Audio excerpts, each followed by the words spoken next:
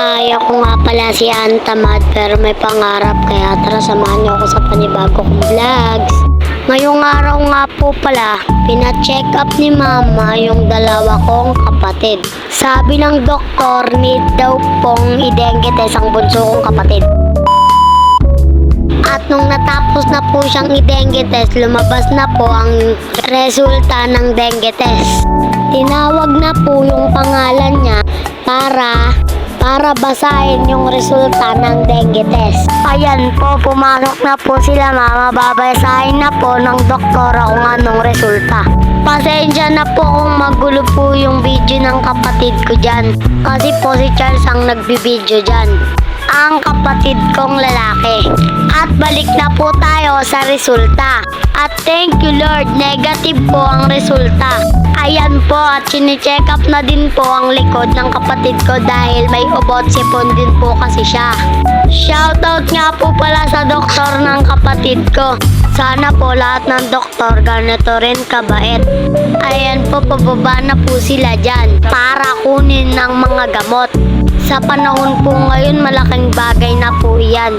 Yang libreng gamot na yan. Hindi na po kasi bibili ang mama ko ng gamot nilang dalawa. At inabot na nga po pala ni mama ang mga reseta ng mga kapatid ko.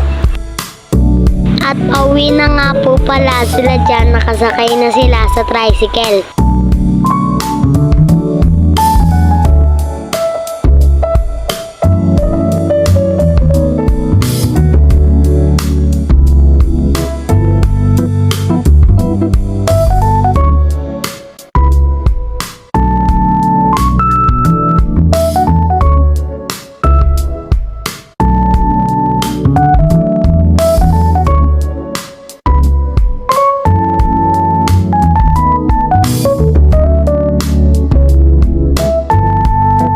Nandito na nga po pala sila sa bahay. Bumaba na po ang mga kapatid ko sa tricycle. Ayan po si Queen. Ayan po ang kapatid kong lalaki na si Charles. At magbabayad na po dyan si Mama. At sa tricycle. At dito na nga po pala nagtatapos ang aking vlogs.